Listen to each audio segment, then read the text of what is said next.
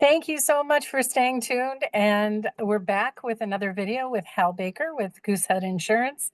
And Hal, I have a great story I want to share with you. And I'm curious how you would have handled this. Randomly, my brother, who is a contractor, received a phone call from one of his neighbors. And his neighbor was, Justin, come soon, come quick. And of course, he got dressed. He went over to the house. There had been a pipe that burst on his neighbor's home, and his neighbor was out of town, out of country, Oh, and wow. they had water running down the staircase in this house out the front door. And the neighbor, of course, thought Justin could come and just fix it. Well, when he got there, not only was the water rushing out the front of the house in winter, but all the ceilings on the second floor and now on the first floor, everything was so humid in the house, all the ceilings were falling in. So, with that said, it was a little bit more than Justin expected. And I'm curious, how would you have handled that if you were the insurance company? Wow. So I can give almost a similar story. I had a customer who was in Florida for the winter, and they had a pipe that broke, and it was running and running and running and running. And the fire department sent somebody over because the water company contacted them and said, "We've got a weird situation where water seems to just be running. Can you go check on it?" Similar type of thing. They had to break into the house and they literally had to turn the water off because the homeowner, they didn't know who the homeowner was, but they had to turn the water off. So situations where people aren't home are more difficult. Somehow or another, you have to contact the person, you have to get in touch with them. That situation, you're just looking for permission to turn things off so that you can assess the situation and then deal. You got to find out who is their insurance company. I wasn't their insurance agent, but the fire department called us because we were a local agent. Did we happen to know who it was? So yeah, those are You know, difficult situations.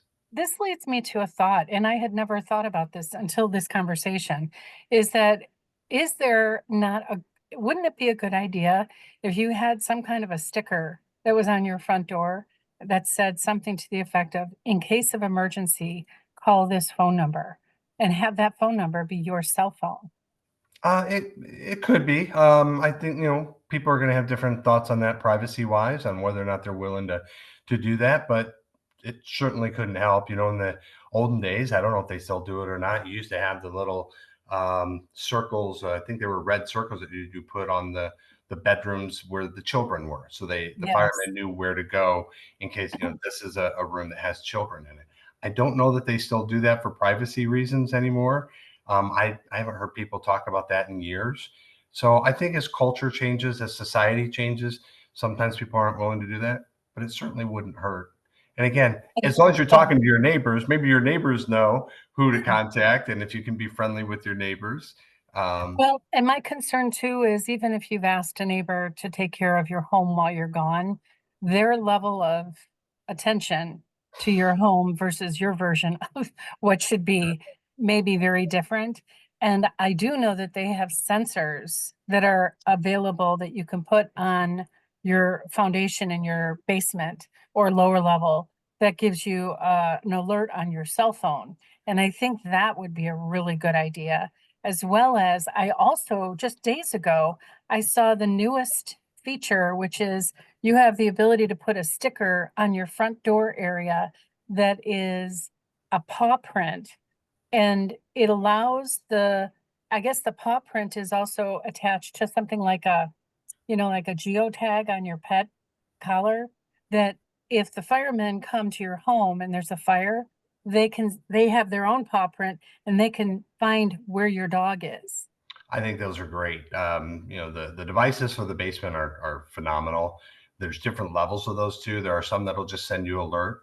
There's other ones you can buy higher end ones that if it senses like water is just running continuously, it has an automatic shut off as well if it senses that Ooh. water's there. But there's different price tags with those as well when you go. But yes, all those things are great.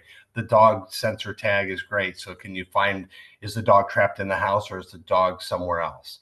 I Mhm. think there's all kinds of safety features that are out there. Um, I just Probably, think it's great. I think by the fact that we're talking about it, makes hopefully someone who's listening aware, to just be aware of something like this and say, you know what, I want to invest in that because I think I don't want to lose my home. It's one of the biggest investments you have. And if you have a family pet, generally speaking, a lot of people think of their family pets as family. They're Oh, not pets, they're family. So why not do what you can to help the firemen find your animals if that's the case. I'm not yeah, so sure about your kids. Just kidding.